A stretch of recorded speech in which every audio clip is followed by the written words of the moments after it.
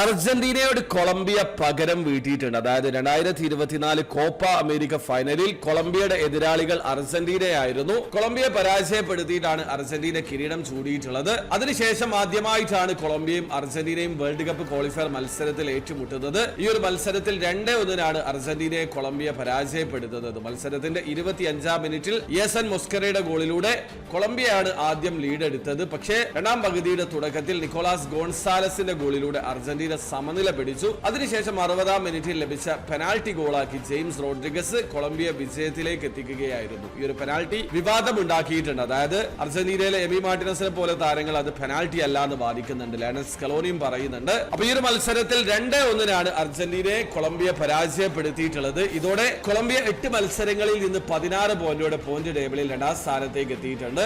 Argentina നിലവിൽ 1ാം സ്ഥാനത്ത് തന്നെയാണ്. 8 മത്സരങ്ങളിൽ നിന്ന് 2 തോൽവിയും 6 വിജയവുമായി 18 പോയിന്റാണ് അർജന്റീനക്കുള്ളത്. അപ്പൊ നിങ്ങൾ ഈ ഒരു മത്സരം കണ്ടിട്ടുള്ള ആളാണെങ്കിൽ മത്സരത്തെ കുറിച്ചിട്ടുള്ള നിങ്ങളുടെ ഒപ്പീനിയൻ തീർച്ചയായും കമന്റിൽ അറിയിക്കാൻ ശ്രമിക്കുക.